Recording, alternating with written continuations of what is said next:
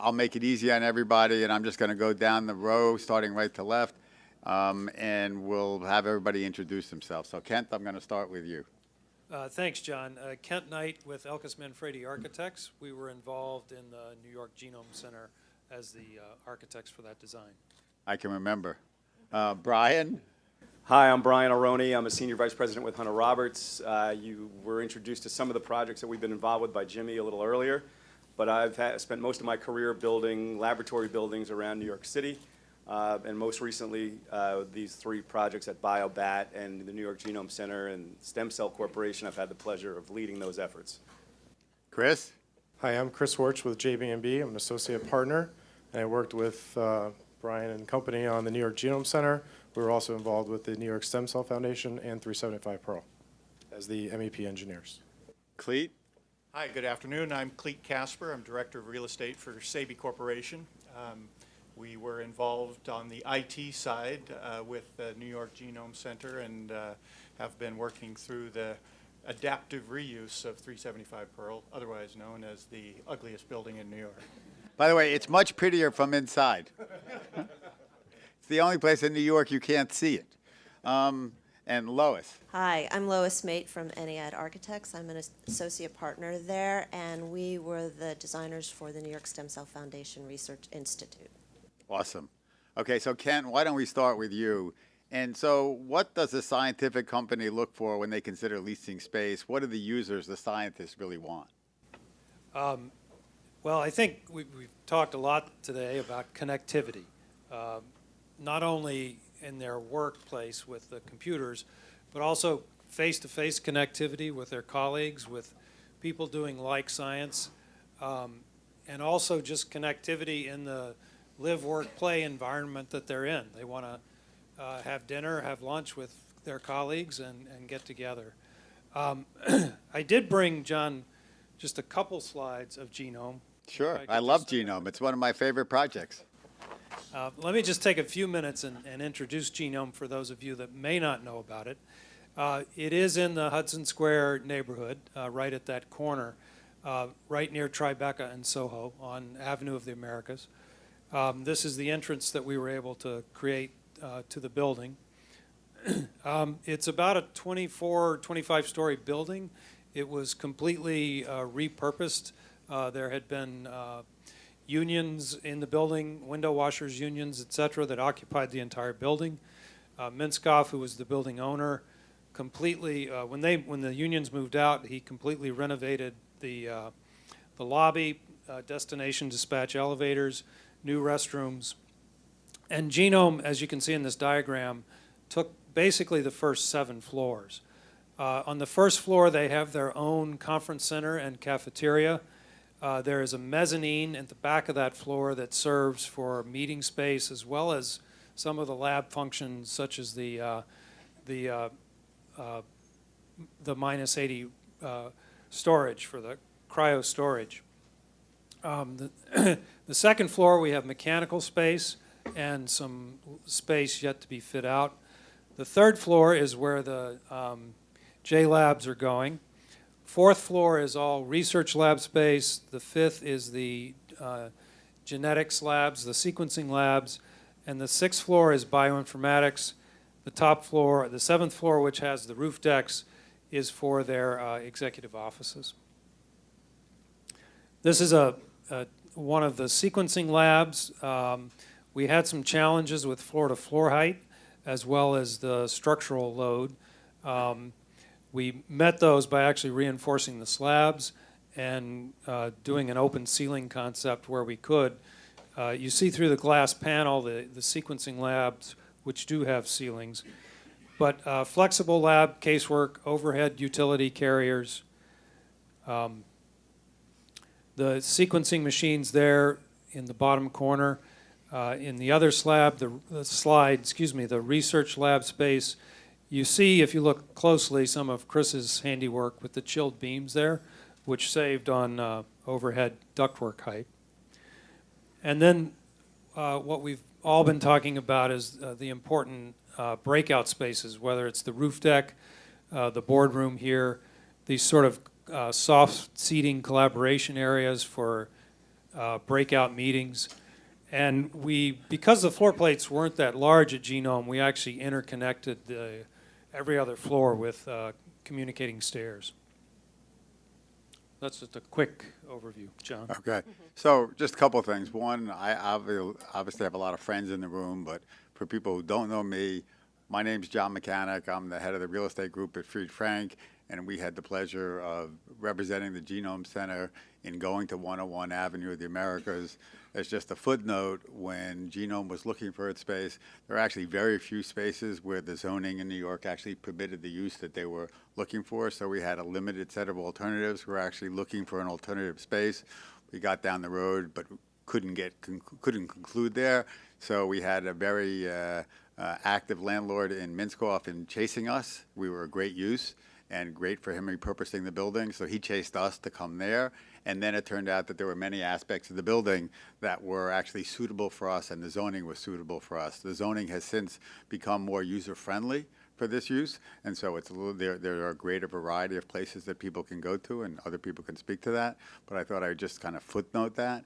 And one question, Ken, a lot of the things that you talked about don't seem very different from other users. When you talked about connectivity and collaboration spaces, I mean, I represent a wide range of tenants, and when you're talking to architects today designing their spaces, you have that being discussed in not just biotech, but in all kinds of different uses. Do you find something that's specific with respect to biotech that's different from those things in terms of things that you're looking for when they're looking for what space they're going to? Well, I think you're right, John. It's true these days that the world is more and more connected. I think what makes life sciences unique is their specific requirements. It's much more demanding than just office space. So as you just pointed out, they can't really go anywhere. So they're limited in locations they can look at. So the buildings that do suit their needs, some neighborhoods may be better than others. Okay, Brian, what building qualities and characteristics are most important to ascertain compatibility with life science development? I think you can be creative in a lot of different ways, reusing these buildings. So where the Genome Center is a concrete slab building. It was built as an office building. And as Kent mentioned, structurally it didn't work on the laboratory floors for the vibration criteria and some of the loading requirements, so we were able to work around that.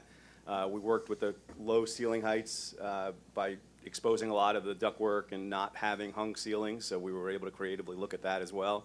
And then the other big piece of all of these buildings as we go through these efforts is looking at vertical connectivity. We need to get a lot of these services back up to the roof. The Genome Center was an excellent candidate because we had second floor mechanical space that was previously a machine room, and we were able to utilize that space to serve the lower part of the building. But we also had to get to the roof, so we were able to negotiate with the landlord a vertical shaftway that we were able to build to get ourselves up to the top. And when we evaluate all of these buildings as we went through with Genome, and also when we had the stem cell experience, trying to find ways to get to the roof is a critical and expensive part of what we have to evaluate as we look at these buildings. Brian, how important was it that 101 Avenue of the Americas was actually vacant? And so when you went to create that vertical shaftway, it was easy for the landlord to be easy, not inexpensive, but easy for the landlord to make that space available for you because he wasn't going back to tenants saying, by the way, excuse me, but I'd like to take out a piece of your floor because I need to give it to this particular tenant to run stuff up to the roof. Yeah, the timing of Genome was perfect because, as you said, the building was empty as we moved in. So we were able to capitalize on that and get ourselves through the building before the rest of the fit out had just begun as we were opening Genome. So we really did have a great opportunity timing-wise. Chris, Just to piggyback on that with the empty building is that we had the first shot at getting the mechanical space and getting roof space and things of that nature. So it actually helped us significantly in terms of the negotiations and getting the right mechanical spaces for the life science needs. had to be the quality of the team involved, right? Absolutely. That's what I thought. You're number one, John. Anyway, John gets paid by the word, so if he continues to talk, we'll just interrupt him. Chris, how about repositioning a building to accommodate the mixed use of office, laboratory, and retail space? How hard is that? Every building is unique. Every building has its own story. Every building presents its own challenges. And in today's world, an office building is not just an office building anymore. You've got a data center, you've got retail, you've got cafeterias and conference centers and things like that. And this is no different, right? You're putting in a laboratory that has office space, that has conferencing center, it's got a small cafeteria, it's got a data center. It has all that. It just happened to be at the bottom of the building where the most, heavy mechanicals wanted to go up through the roof. So you're transferring all of that exhaust and things through the office portion of the space. So when we looked at this building, we took it one step at a time, and we tried to use everything that the office building had to offer from an MEP systems, and then leverage that and then bolt onto it as opposed to starting from scratch.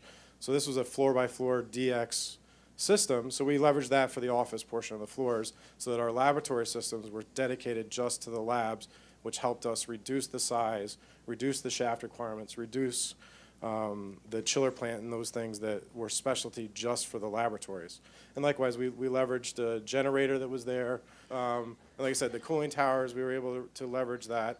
And it actually, the building had substantial power to it. So we were able to leverage what the building had to offer and then supplement that with those needs for the laboratory itself. I mean, so I think it's fair to say, even though the building wasn't designed for this use, there were things that were attendant to the building, particularly with the mechanical and electrical systems, that were actually very helpful to us in terms of being able to utilize it for the purposes we wanted, which might not be in a standard office building if you were just making the conversion. That's what I just said. Okay, good. We agreed. Clete, how can the cost be reduced? Is it possible to reduce cost by sharing or outsourcing? And can you be helpful in that regard? Glad you asked. If I could grab the clicker there. So we're from Seattle, and we have a niche there in the life science community, and we have done a number of rehabilitations or adaptive reuse of manufacturing buildings. We're in the middle of our project at 375 Pearl. But I think the biggest opportunity, and we're, as a landlord, not only do we develop these things, but we're a long-term owner, and so we operate them.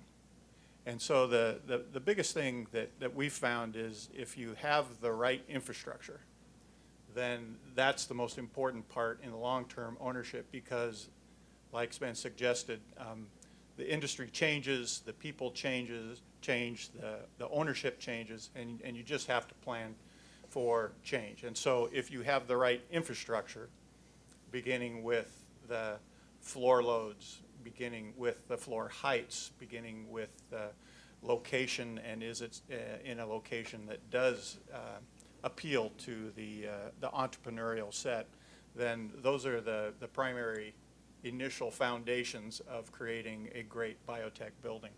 And at 375 Pearl, while I mentioned it was the ugliest building, we think we're number 2 now.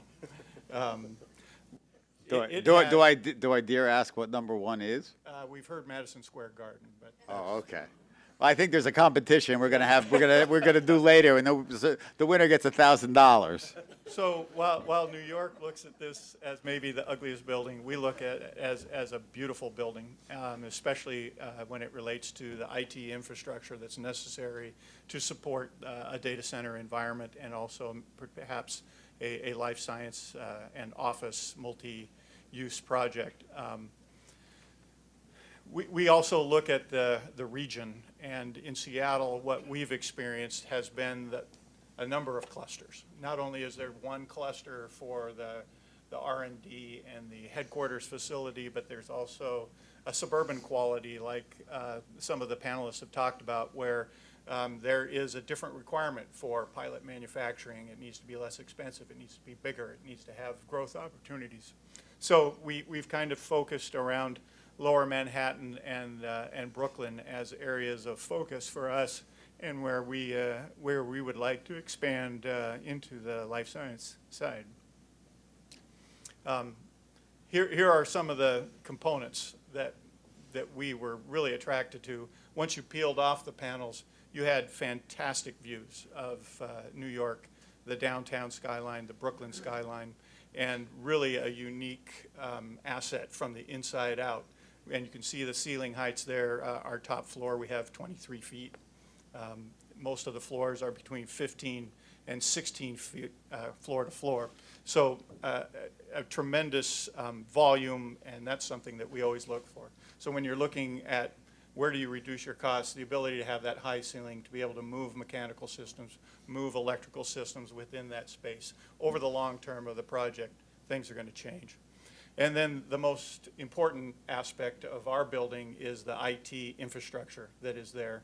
And we were able to locate the cages for the New York Genome Center in our lower floors, a cost-effective basis with unparalleled access to connectivity and power. So, Clete, can you just clarify for people? So, how do you interact with Genome Center so that you really are an off-site facility that's really doing a lot of the work that they could have done on site, but was very expensive for them to do, and so they managed to conserve their cost and the amount of space they needed to take by using the facilities that you're making available to multiple people? Yeah, the cost of a data center, if you do it on-site, is expensive. And not only is it expensive, but you have to have the expertise to maintain it and to continue to operate it. So what we're able to do in an outsourced manner is take that cost, move it outsourced, and effectively allow the capital that would be deployed on-site to be kept used for other purposes like recruiting, hiring new people, new scientists. And what this allows is not only a great platform for the initial requirements for New York Genome, but also gives them tremendous scalability. We have a number of floors that are in this configuration, and we also have expansion. So it's an opportunity, like we talk about a little bit in Seattle, is taking these mission critical facilities, put them in a location that makes the most sense, and defer that initial capital expense to a specialist that knows what they're doing on a day-to-day basis. Chris, did you want to add something? Yeah, and it also gives the Genome Center a level of disaster recovery, and we can't understate the resiliency and redundancy levels. We, as a designer, we could design that on site, but the cost would go up tremendously. So to be able to leverage an adjacent building or building down the street for this purpose is tremendous, and that's one of the unique things of New York is that this is right in our backyard. You're not going to Omaha, Nebraska. You're not going 7,000 miles away. It's right here in the backyard, and it's just a T1 or a 10 gig connection away. But Chris, is this duplicative of stuff that's at 101 Avenue of the Americas, or is this separate and distinct? So would you need something that was redundant to this in case of a disaster that affected 375 It's Pearl? a combination of things. We do have a small on-site data center for immediate needs for the bioinformatics. This is long-term storage, and then there's a DR portion as well. So there's a combination of things in order to give that redundancy and resiliency, because the Genome Center trades on information, right? The information is the most valuable part after the sequencing. So to do that without the resiliency or redundancy or disaster recovery would be, would potentially cause a real issue for their business model. Okay. Lois, so we've talked about some of the MEP characteristics of these buildings that are trying to be repurposed. What about the architectural characteristics that are critical to repurposing an existing building floor plate for life sciences / laboratory use? Happy to tell you about that. Let me show you a little bit about the institution and the building. So New York Stem Cell's story is a little different than that of the Genome Center. The New York Stem Cell Foundation was founded in 2004 by Susan Solomon and her partner as an independent nonprofit trying to bridge the gap between research institutions and biotech companies. Their mission was very personal to Susan. They wanted to use stem cell research as a way to find cures for the major diseases of our time. They were operating in 2015 in 2 different facilities. Their headquarters were in Midtown Manhattan. Their laboratory was up on the far west side in the Audubon Center. I think it's the center, that was owned by Columbia. They wanted to bring their 2 facilities together in one collaborative hub. they wanted to be able to improve the conditions of their lab, to provide a showcase for their very specialized research, and they wanted to create a space in the building where they could have and sponsor programs for the life sciences community. Their objective was to find a location that they could afford, that was central, that a building that had architectural and MEP that they could build on, and they wanted to design and move in very quickly. So what they found was 619 West 54th Street, a building that was managed and owned by Taconic Investment Partners. It is a 330,000 gross square foot building, a commercial building with 10 floors, a variety of different occupants at the time. Similarly, the zoning in that neighborhood was good and could facilitate their conversion of 2 of these commercial floors for laboratory use. The building had good bones. It was built in 1930 as a movie lab for Warner Brothers. It had large footprints, about 33,000 square feet, natural light on 3 sides, a robust structural system with a nice column spacing for labs 20 feet on center. It did have very small floor-to-floor heights, which did create some complications, which we were able to work around. And again, it did have some available MEP systems and lease space on the lower floors and space in the basement. They could create new MEP systems that they needed to support the high-intensive laboratory that they were creating for stem cell. A couple of things about the building. There was a courtyard in the back where they had a parking lot where they could put an emergency generator for their specialized use. They also were challenged by the fact that the building was almost fully occupied. So they had to figure out how to run distribution to the roof and to the cellar of the building, actually on the outside of the building in the courtyard, which was quite a challenge. So what we were able to do, they took on 1.5 floors in the building, a full floor on the 3rd floor where they could put their laboratory, taking advantage of windows on the north and on the south side for their workstations, for their administrative staff, and for their scientists. And they placed the laboratory in the center of the building, coincidentally, in an area where they had a lot of piping for the tenant above that we had to work around, and created some constraints in the area of the building where we had the most high-intensive MEP distribution need. They also connected the 2 ends of the building with a gallery that would connect the scientists and the administrative staff.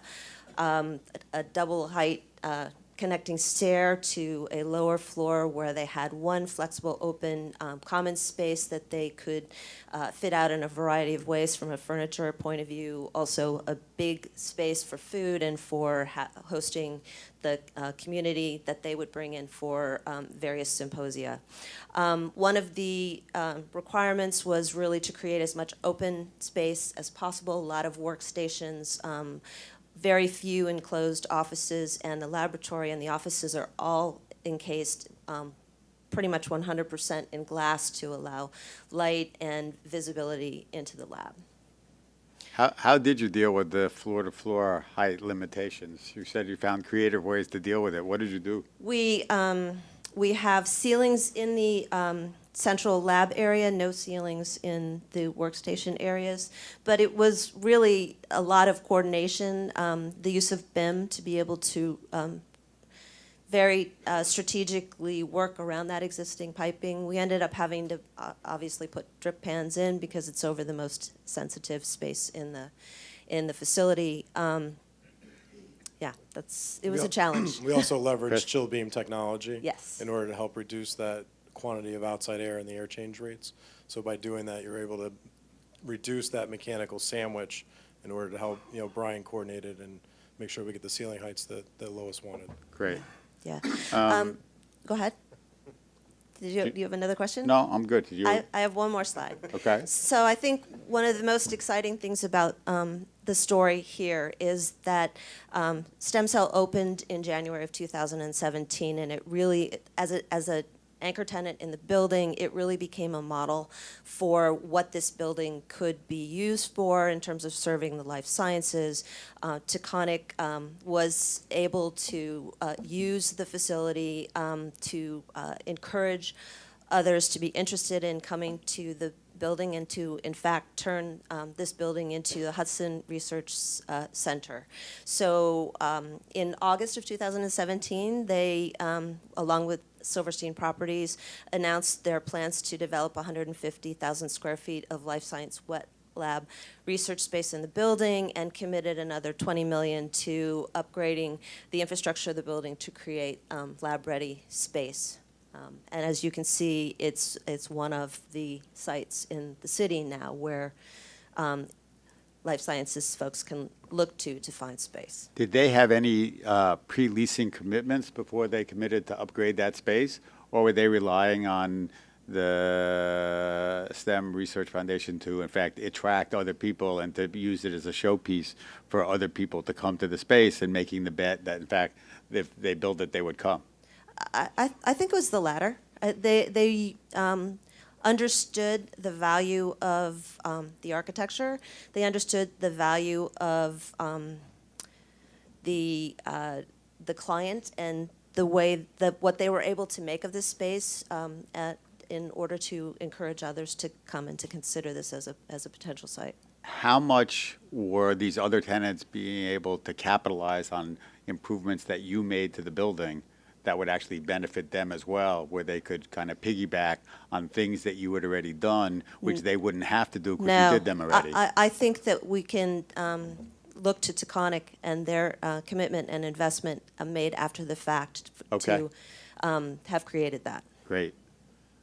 Ken, when tenants are looking for space, how do you distinguish one building location from another? What separates a building from the competition and has one stand out as a place to go to? Obviously, the Taconic, by having the investment that they're making and by what they've done is an easy example. But what are the other things? How do you look at when you're looking and looking at different alternative locations for potential users? Well, I guess from the perspective of a user looking for space, again, you're going to look for what's the neighborhood like? What sort of area am I moving my company into? What's the quality of life for my employees in this area? I think you're also going to look, as we heard from the other panel, if you're expanding at all, which and we planned in Genome for growth from the initial startup to a 2-year growth, 3-year growth, and then even 5 years when they would be dense packed and need to start expanding.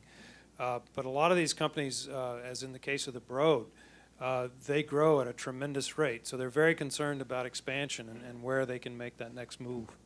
So those are a few of the things, I think.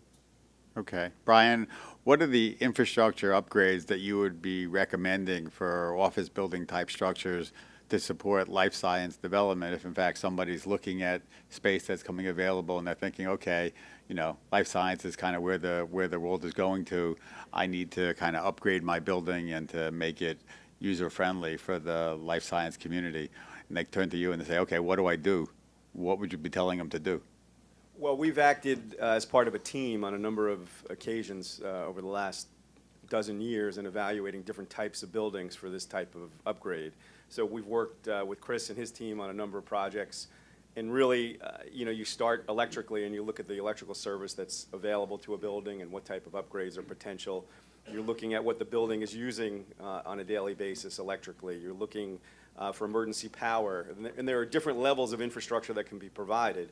So, we mentioned the stem cell. They made a decision that the Stem Cell Foundation was really on their own. So the development that we did there, all of the infrastructure upgrades were there just specifically for that development. They did not look at it holistically as a building upgrade. They looked at it specifically as a tenant upgrade. So we've been involved with other projects where you're looking at it in a much larger sense and you have, a positive outlook that you're going to be doing this type of development in a larger scale. So the infrastructure upgrades you're looking at are much more across the board for all floor development as opposed to a single tenant development. So you can piggyback off of a larger boiler room, off of a set of exhaust fans and a riser set up going up vertically through the building. you can look at that in a much broader sense, and that will pay off over the long run.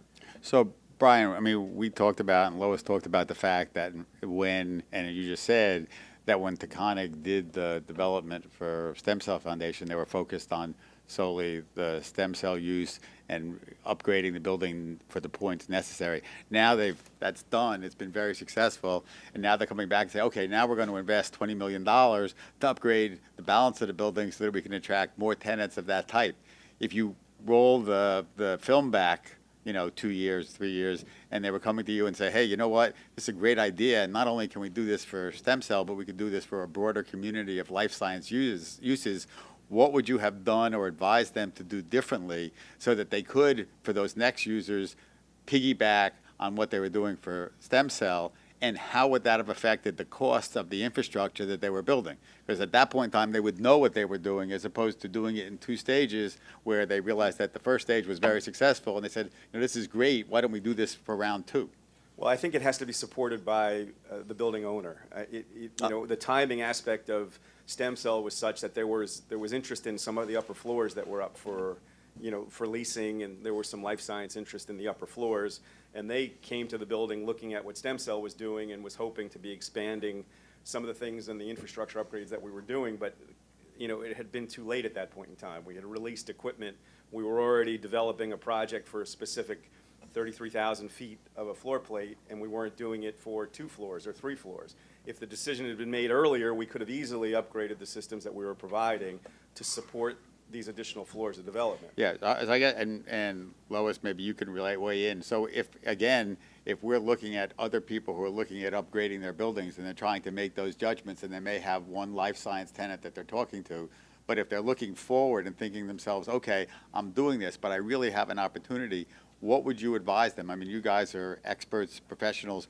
What you'd be talking to them and say, hey guys, before you do this, why don't you think about doing the other thing? It's about Lois? flexibility and scalability, right? So from an MEP perspective, you can do, you want to look at it 2 different ways. You've got your mechanical systems where you've got to bring air and water to the facility, and then you can scale from there, right? If you need a chiller plant versus a DX, whatever it is. But you want to make sure that you've got enough scalability to where you're putting in, your day one needs, but leaving enough roof space so you can flex that for the future. You're putting in enough riser sizes, pipe sizes to make sure that you can scale that to tap off to other tenants in the future. The other thing is electrical power, so normal power and emergency power. Again, flexible and scalable. Once you put in, you're going to put an emergency generator into a building, to upsize that chronologically, the cost uptick is not overbearing, right? So you put in a little bit more power so that you can scale that for other tenants in the future. Again, riser sizing, things like that. But you have to look at it from a holistic perspective, right? You take a step back and say, okay, what does this building really want to be when it grows up? And the key to the whole thing is that an office building and a laboratory, the incremental steps from coming to a 21st century office building that meets the energy code and does all the things that you need to do to be in the market for a Class A office, the scalability to a laboratory is not 2 or 3x. It's x plus 15%. It's 1.5x. So you look at it from a holistic perspective, and if you do that out of the gate, it's relatively easy. If you do that too late in the terms of stem cell, they looked at it after everything was bought and under construction. They said, hey, wow, this is a great opportunity. Let's figure out a way to capitalize on it. At that point, the horse was already out of the barn. So Lois? I think timing is everything. We heard on the I heard that. We heard on the previous panel that 3 years ago, 5 years ago, we weren't looking at New York City in the same way as we are today. And I think Stem Cell was an independent nonprofit just looking to increase their facility, and I don't think that the atmosphere in the city was probably where it needed to be for Taconic to have understood in advance when we were trying to plan this building in late 2015, early 2016, where this would go. If they could have seen that, if what was going on at NYC EDC had been a little bit further along in the process, it might have been a different game, but we weren't there. Okay. Clete, what's new in laboratory design and FF&E that allows for cost-effective flexibility and growth? Because obviously, some of these tenants are coming in, they're taking whatever the square footage, maybe it's one floor on day one, but that need could expand so dramatically. So how do they plan for that? What would you advise them? How can you be helpful? Well, I guess looking back, we've been doing labs for 20 years now, and I think the major change that you've seen maybe in some of the pictures is the lab furniture is modular, it's on wheels, and the idea that you can reconfigure without getting into serious construction is the most important change that's happened. And then I would say that the second change and the things that we're seeing, and you see it with the sequencing machines that New York Genome has, is so much of it is becoming computational sciences. And when we are looking at planning new buildings, we're looking more at the expansion on that side of the equation, not so much the wet lab. So what we're seeing anyway right now is just the flexibility, modular style lab systems, and then the need to expand on the computational side. So whatever walls are going up, if walls are going up in the space, are they all just not going up to the ceiling? So you have flexibility about where you move things around and what furniture configurations you have. So in fact, you're not doing construction every time you've decided that there's a better way to configure the space? We're seeing the core laboratory areas, and again, a lot of the design is shown here with glass, so that the ability to interact and see what's happening in the lab, and then outside of that area is more flexible, open, without the need for every investigator to have its own private office, and that's been a trend that's right. in office and in research development. Lois, in what way does planning a purpose-built lab vary from the planning of an innovation or startup lab? It's providing specifically what your client needs. I think about the difference. Well, I think about the difference of how we would have planned the building if it was more generic. Probably the basic moves stayed the same. Would stay the same, but it would be what would be in the center that might vary, depending on program. Ken, if we were going back, so we've lived through the whole Genome Center, trying to get everything done, 3 or 4 months earlier than whatever it was planned for in order to accommodate the requirements of the leader of that whole endeavor, Nancy Kelly, whom we love dearly. So if we now, having had the benefit of that, and you're talking to the people in the room about the most important lessons that we learned from going through that process, and I asked you to tell people what they were, what would you say were the most important lessons we learned from having gone through that process? Well, so I was thinking about this morning, and Genome was no different than your project, Lois. And it's true with all of these science projects. The delivery to the client for the space is paramount. We can't get the work done fast enough. And I think what's really critical is, and I think our team had great coordination, but I think that can always be improved upon, and that's coordination through the whole process. You were working on the lease deal as we were actually designing 2 or 3 properties at the same time because we weren't sure where this was going to land. By the way, we were negotiating 2 or 3 lease deals at the same time, so we were doing that in tandem. But the point is, we worked with Nancy and her team on the programming piece. Nancy brought Hunter Roberts in early, as well as the owner's project manager. The whole team started from day one, worked very intensely. But the collaboration really extends to all the other parts of the project that are needed to make it work. The scientific equipment that has to show up. We went out to Illumina to look at the high-seq instruments. There's AV requirements, there's security, there's tel data. All of these pieces have to come together. They've got to come together quickly, and each consultant really has to do their job to get all those ducks to line up the way they need to. Okay. Brian, what would you say would be the timeline for the design and construction to perform the necessary infrastructure upgrades on an office building. Both the real timeline, Nancy's timeline, you know, and we'll talk about what the differences might be. They're all so different. You know, it's hard to actually, you know, we were talking about this earlier. I would say there's probably a good 6 months of design time and surveying time necessary to really understand the building that you're moving into. And then from that point, both the Genome Center and the Stem Cell Foundation took approximately 6 months to build. You know, Nancy wasn't happy with our timeline, but we were able to get her in successfully. But, you know, round about 6 months for those types of developments. Chris, at what point in the design or construction process would it make sense to have the construction manager or general contractor on board the team in order to help facilitate the overall development, making sure? Yeah, Brian would love to answer that one and say before the But, other but members of the Brian, team Brian show would up. say like it's the first guy you hire. Exactly. Right? Brian's like, yeah, right out of the gate. Just, you know, just send me a check. No, but the right answer is that in order to build an appropriate team in this day and age and have a collaborative effort and really push this thing through, the construction manager really wants to be on board as early as possible, right? Especially in these adaptive reuses, Brian saw things that none of the other team members did because he has to build it. He's got logistics. You know, does the freight elevator work?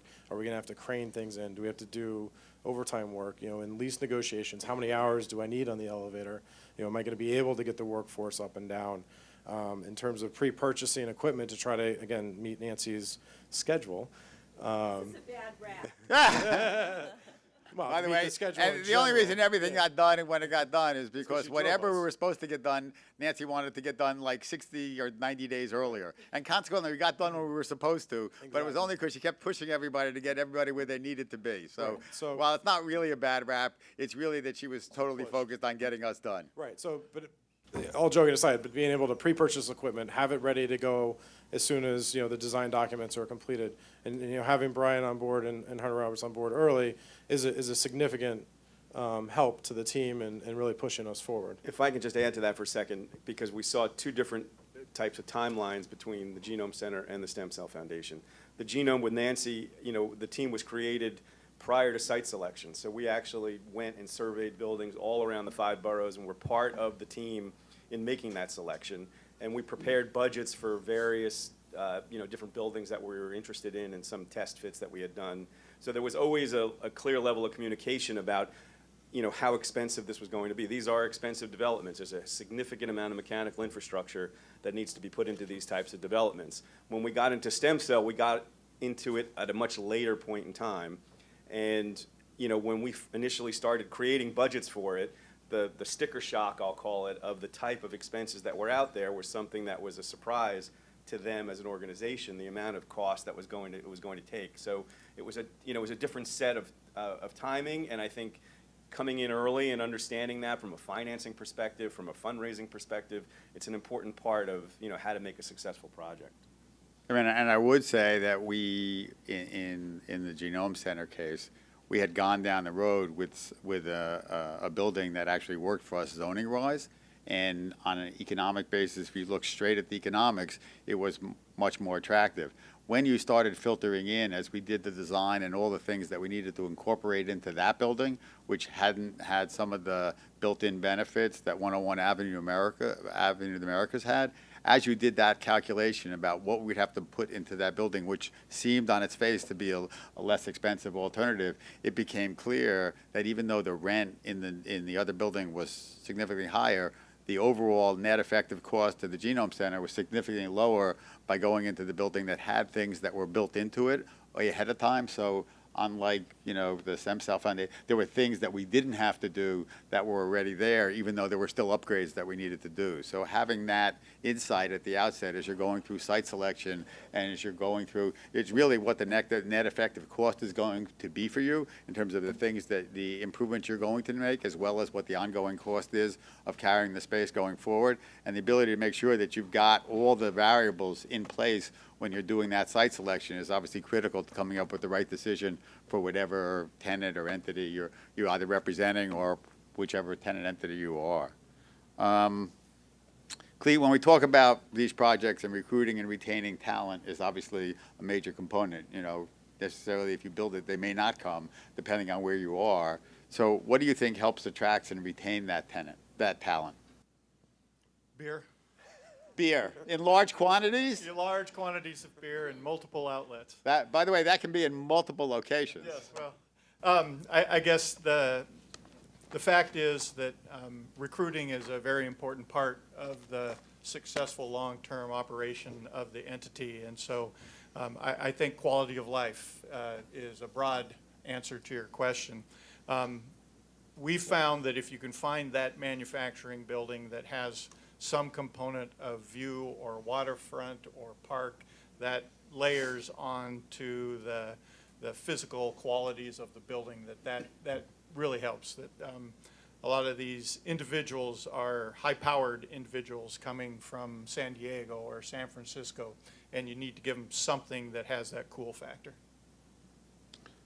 Lois, so the benefit of including these communal or common spaces in the life science development, now that you've done the Stem Cell Foundation and kind of people are living in that space, what kind of response? I mean, you have like the real live example of how people are responding to the spaces that you designed and created, and how important has that been, and what kind of responses have you gotten to the way you've done the space? And having the benefit of those responses, are there any things that you would say, you know, if I had to do it over again, I might have done this or I might have done that? This is going to sound terrible. I think that the space is a huge benefit to the New York Stem Cell Foundation. It's an enormous open space, and every time I've been there, I've seen it filled with people, not just people eating lunch together, but people collaborating at a table, on a couch. They have, I know they have this at New York Genome Center too. They have ping pong tables, they have things that they can do, and it's really important for researchers who have such a important and stressful job to be, this is the whole live work thing, right? They need to have a place to relax, come together, and I think that it's something that every life science facility should include. Okay. And I would open this to the panel generally. So in terms of people who are thinking of developing existing spaces into life science spaces, if I had to ask each of you kind of what do you see as the biggest challenges, why don't we just go down the list and see what people think, because I think we're coming toward the end of our session, and I think people have to understand what it is. You know, everybody would like to go out and make their building into a life science center, and somehow I think that's probably not likely to occur. So I've asked each one of you to say what you think is the biggest challenge in that regard. Why don't you tell me what you think? Well, I think every building is different. I think the biggest challenge right up front is just getting your arms around the issues and what the solutions are going to be and what cost you're looking at to make it work. Okay. Our biggest hurdle was the zoning criteria, the manufacturing criteria originally, and as you said, that's relaxed to a degree now, but 5 years ago when we were looking, It was impossible. That was a huge piece of the puzzle. So. Yeah, I mean, the biggest thing about a building that you cannot change is the structure. So finding the building that has the right bones is probably the single most important thing, and then after that, it's vertical connectivity and shaft space for us. Okay. Clete?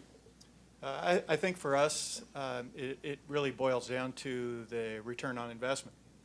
At 375 Pearl, we had a opportunity to do life science on a larger scale, but the return on investment for conversion to office and doing a long-term lease with the City of New York was a much better return as we looked at it. And I think that's what you see here in Manhattan is the alternative investment profile of doing office, of doing residential or mixed use is still very compelling compared to the risk profile of maybe a startup life science company. So it's a challenge on that front. I agree. Lois? I would just say time and money. That's bringing it down to the lowest common denominator. It's time and money. And by the way, if you would make both those things work, then you can make it work. I think I want to thank the panel. I think the panel has been great.